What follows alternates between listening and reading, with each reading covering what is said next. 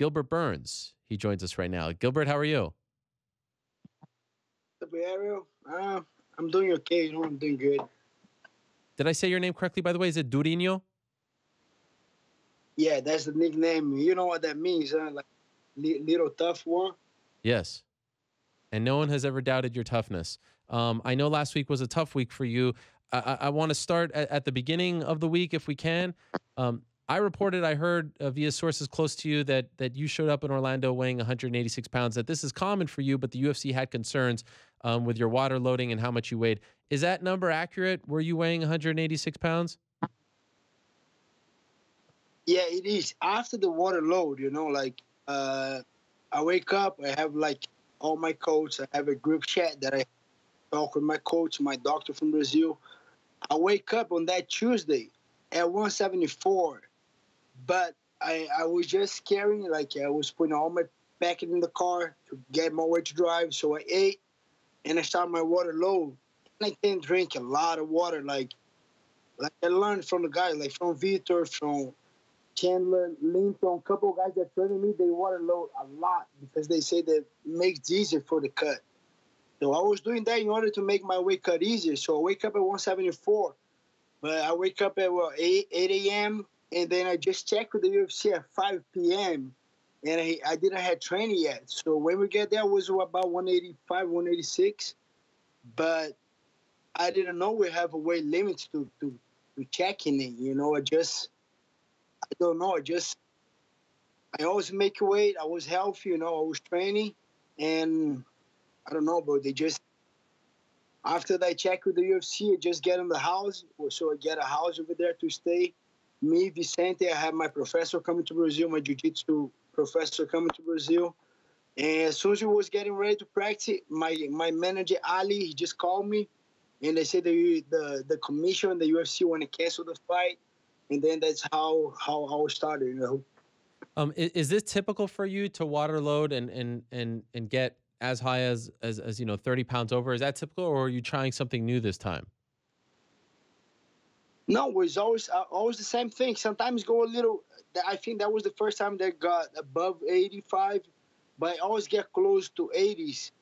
But a couple of times it got lighter because I checking in the morning, so I had nothing to eat or just a little bit, and then I weigh like 174, 175.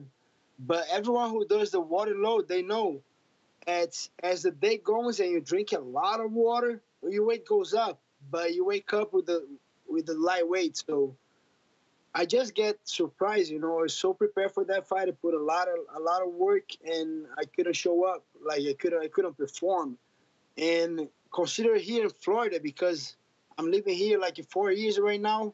I have a lot of students. I have over 200 people going. I make like a speech every class that I was teaching here. Hey, guys, make sure you guys go there. Support me. I don't know when the UFC gonna go back in Florida, so I have a lot of people coming to support. And I couldn't fight.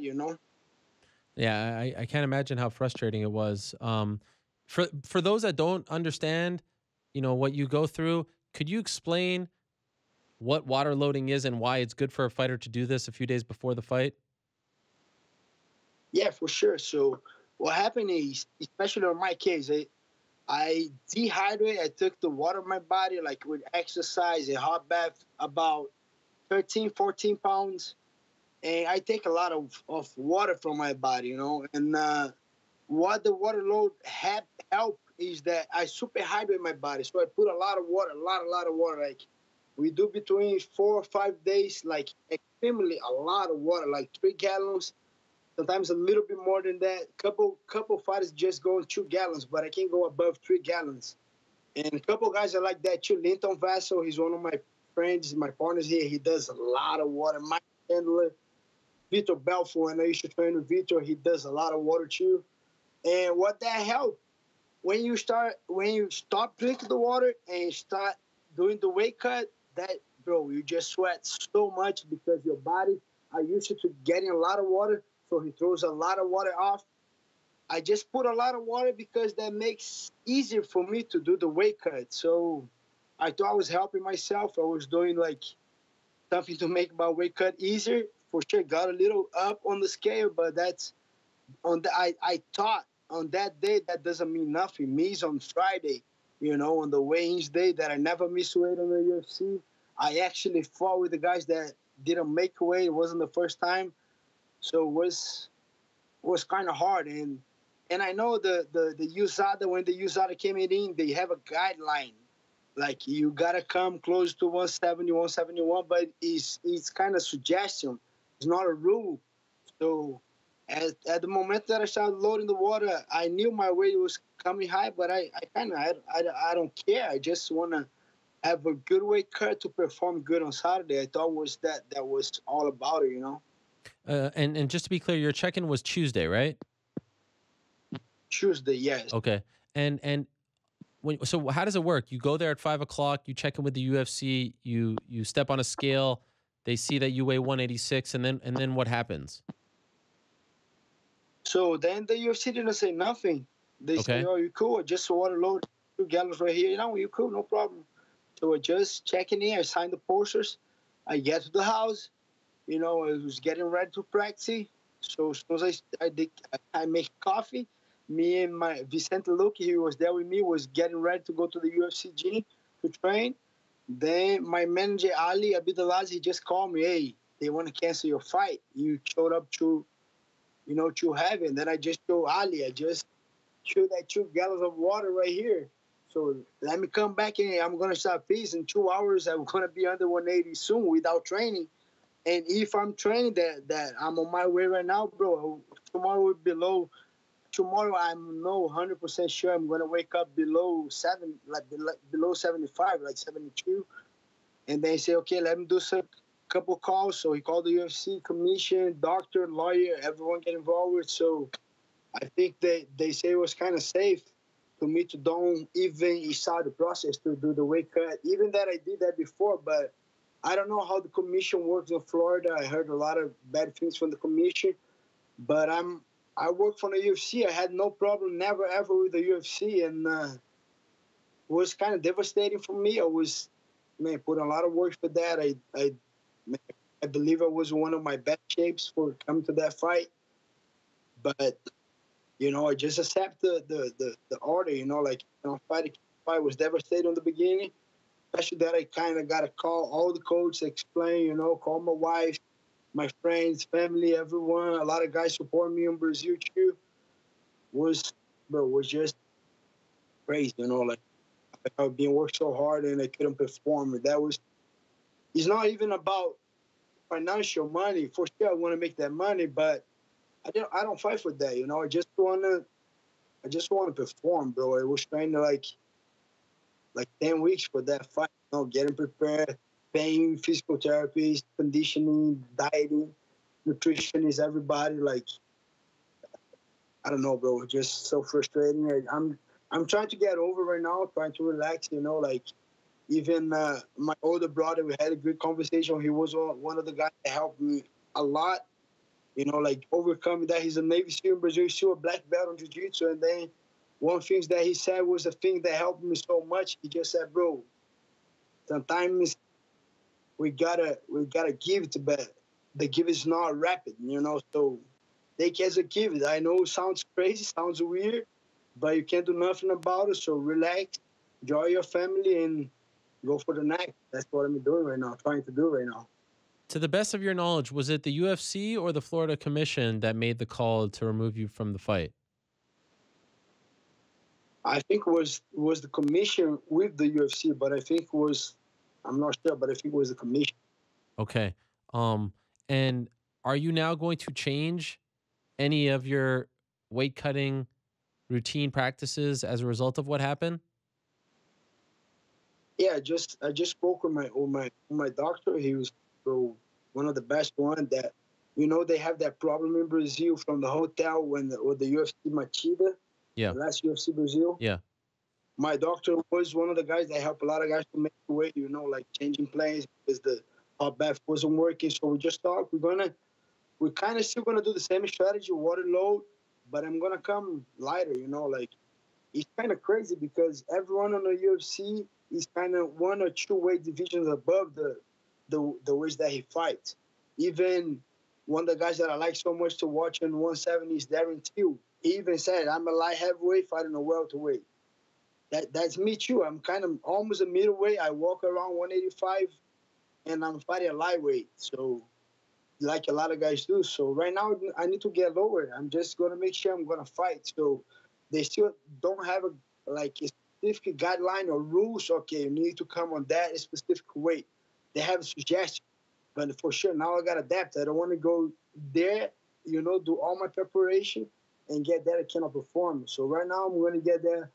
I'm gonna ask the user the Jeff, say how much I need to get there 170. Okay, I'm gonna get there 170. Just make that rule more specific. Like let me know, and then I'm gonna make the rules. I never go against the rules. I always make a weight. I have no problem make weight. If you ask me, I'm heavy. Yes, I am. I am a big 55. I'm a big lightweight, but I always make a weight. What do you like right now? How much do you weigh? 185, 186. Okay, that's your walk around weight. That's my walk around. Okay. When you got that call, like to prepare and not get injured, and especially in Florida near your family and friends, what is it like to not have the release of the fight? How do you deal with that? Man, that was so hard in the beginning because, like I said, I have students right here. I have a gym right here. My wife teaches the kids. I have my brother help me with the teaching. So we have over 150 students. So I make all the students go, all the family going. I have a lot of supporters, a lot of friends. Even I have a lot of guys that stay at Black Ceilings. I go do a couple jiu-jitsu training at Fight Sports Miami Cyborgs, I train at Combat Club. I do conditioning on IADP, a different place. So I have all that place that I go training. I had the guys going to, plus my students. So I have a lot of people going. And when I found out I'm not going to have a fight, and then people start knowing, that was just devastating. For like Tuesday night, I couldn't get a sleep. Wednesday was even harder because everyone was getting to Florida. I had this guys coming from London. I have a lot of jiu-jitsu community. I used to go travel all the world doing seminars, competing. I have a lot of friends back. Hey, what's up? You're not fighting? And then I got to just, commission didn't allow me. They said, well, I was too heavy. So by Thursday, Friday, kind of, I got, okay, I'm not going to fight. It was just crazy, but I got like 2 days to kind of figure it out, to understand that I'm not fighting. Is there a part of you? I mean, we've seen some pretty bad weight cuts recently. Uriah Hall, was in really bad shape, and it's something that is always on our minds. And we've seen some really ugly incidents. Is there a part of you that understands where the UFC is coming from? At the top of the show, I would say, like, I applauded them for looking out for your best interests. Of course, we don't know, what kind of position that you're in terms of like financial and how much you work for this. That's a big blow. I don't doubt, and mentally, I know it sucks. But do you understand the position that they are in, looking out for the best interests and the health and safety of the fighters, that maybe that is a little too much weight to cut in the span of a few days, 30 pounds? I do understand. I for sure understand the UFC, but I don't have like a doctor checking on me to see how hydration was. They don't give me an opportunity to come on a Wednesday. And believe it or not, on my water load, no option. They just cancel, then that's it. That's why I believe it was a little bit more by the commission than the UFC, because I showed up like that before. When I fought Cowboy Oliveira in Brazil, I just got there on Tuesday. I get delayed on my flight. I got there 180 something. I don't remember exactly, but I think it was maybe the same thing, 185, 186. And wasn't the early weigh-ins? Was the weigh-ins late on Friday? Yeah. And I still make 154.